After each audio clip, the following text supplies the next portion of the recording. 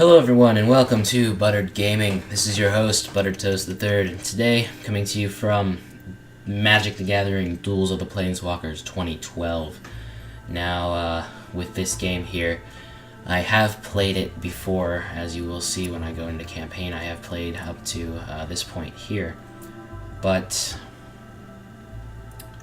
I wanted to show you this game because I really like Magic the Gathering. Like, even I collect the cards in real life and everything, so I really wanted to show you Magic the Gathering. And so sorry, I tried to restart the campaign. I have no idea how to do it.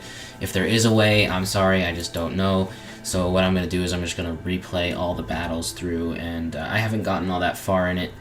Now, I am on the easiest difficulty because I can be. I don't know. Sorry. Sorry. I hope that doesn't put you off.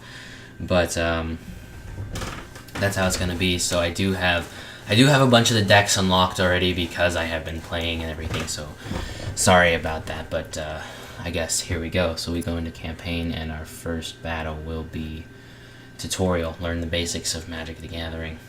Now we've got our nice loading screen here. We have that's Nicol Bolas actually, and Johnny. So Ajani Goldmane's search for his brother's killer led him to the Shard of Grixis, a hellscape that was once part of the Plain of Alara.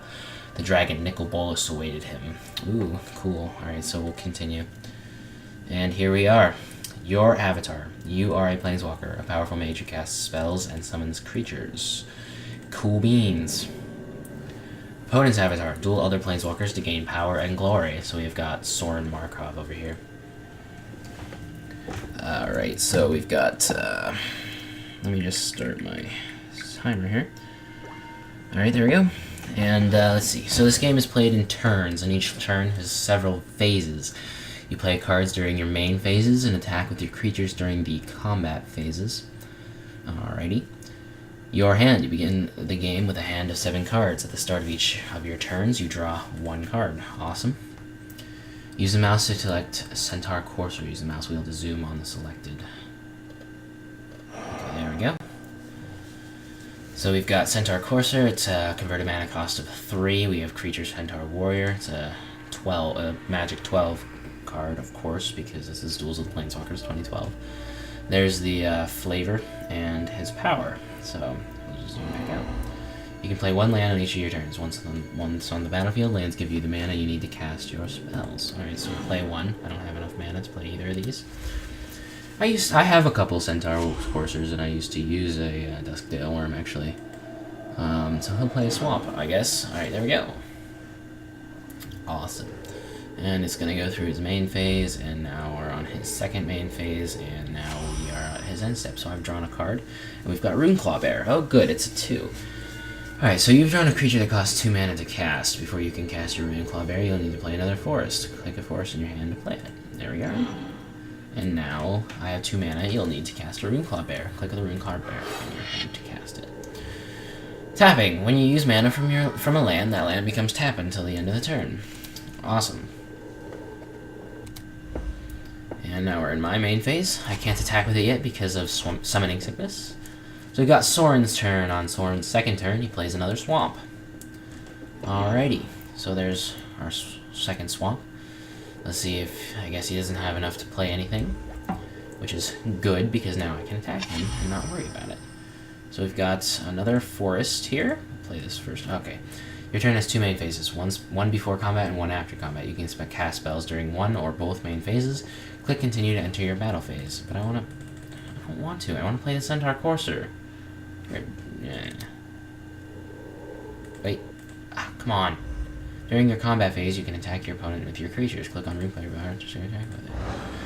Action. Click attack. To finalize your choice, attack Soren. Alright. I wanted to play the Courser. You have attacked Soren with your Runeclaw Bear. It has power, or 2 power, so it deals 2 damage to him. Cool beans. There's no limit to the number of creatures you can have on the battlefield, which is good, because in Yu-Gi-Oh! You can only have like 5 or something. You have a creature in your hand that costs 3 mana to cast. Okay, now it has me do it. Before you can cast your Centaur Courser, you'll need to play another forest. Yep, I know. And now I'll play him. Even though I could have done it during the first main phase, and it wouldn't have made much of a difference. On Soren's third turn, he plays a swamp. Yay. Ruthless Cullblade. It's only a 2/1. And it gets +2/+1 as long as an opponent has 10 or less life. So, not bad. Not that I have 10 or less life. Disfigure. Oh, you're gonna disfigure my... You're mean.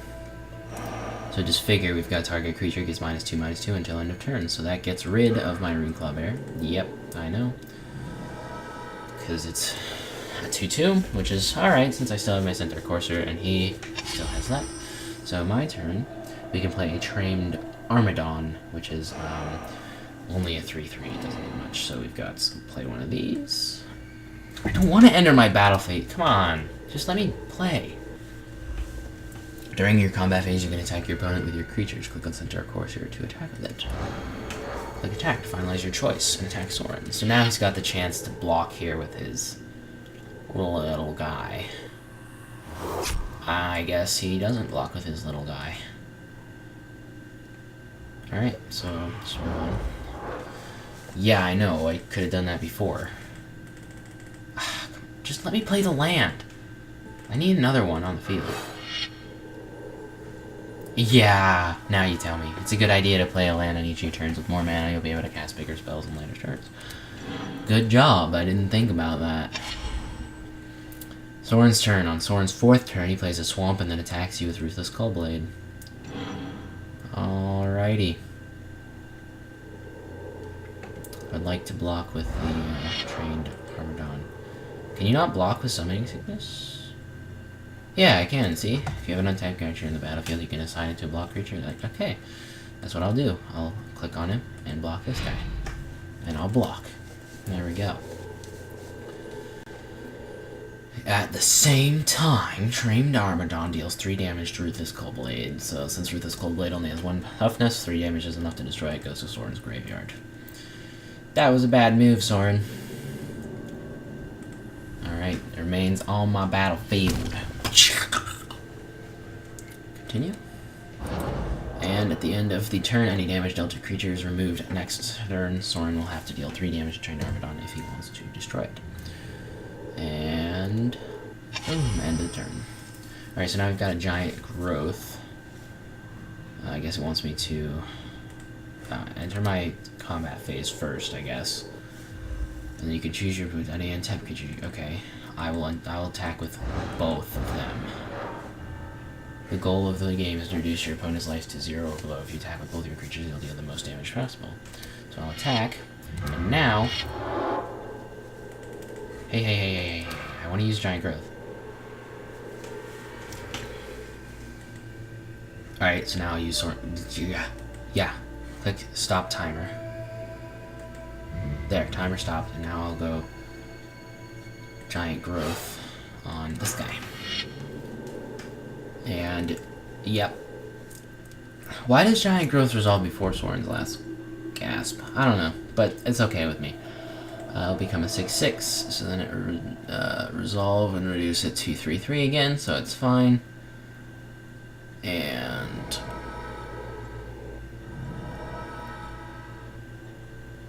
now we hit him for 6 damage. Continue. And... continue. And now he's at 9. Yeah, I did. Now I'll play a Forest. Because heck yeah. At the end of the turn, all damage is removed from creatures, and the effects of both Last Grasp and Giant Growth end. Fine with me. Why do I have such big graveyard? On Soren's 5th turn, he plays a Swamp, then casts a Doomblade targeting your Trained Armadon. You're so mean, Soren. Quit killing my creatures. So we just got Doomblade, destroy target non-black creature. It's too bad. He likes that Courser, though. He just leaves it there. Doesn't like the other stuff that's on the field. Ooh, Blanchwood Armor. I love those. You've drawn an enchantment. During your main phase, you can cast an enchantment the same way you would cast a creature. Your turn. An aura is a type of enchantment that can attach to another card. When you cast an aura, you must choose a target for it to enchant. Fine by me. So we'll click on Blanchwood Armor and give it to my Centaur Courser here. Now, again, if you didn't see that, I know what it does, but I'll show you here. Blanchwood Armor, enchanted creature gets +1/+1 for each forest you control. So that's 5 right now. I should go ahead and play my forest, so it's 6. And now my Centaur Courser is a 9/9, so we're in combat, and I'll attack with it. And we'll attack. There we go. And let's see if he can defend himself. No, he cannot, so that's game. Good game, Soren. Good game. So, that's that, I guess. Alright, so there we have our first battle. So I'm going to go ahead and leave this video there for now. And I guess what I'm going to try to do from now on is do one battle at a time for this game, which is pretty good way to do it, I think. So that's battle 1. So thank you for watching, and come again next time.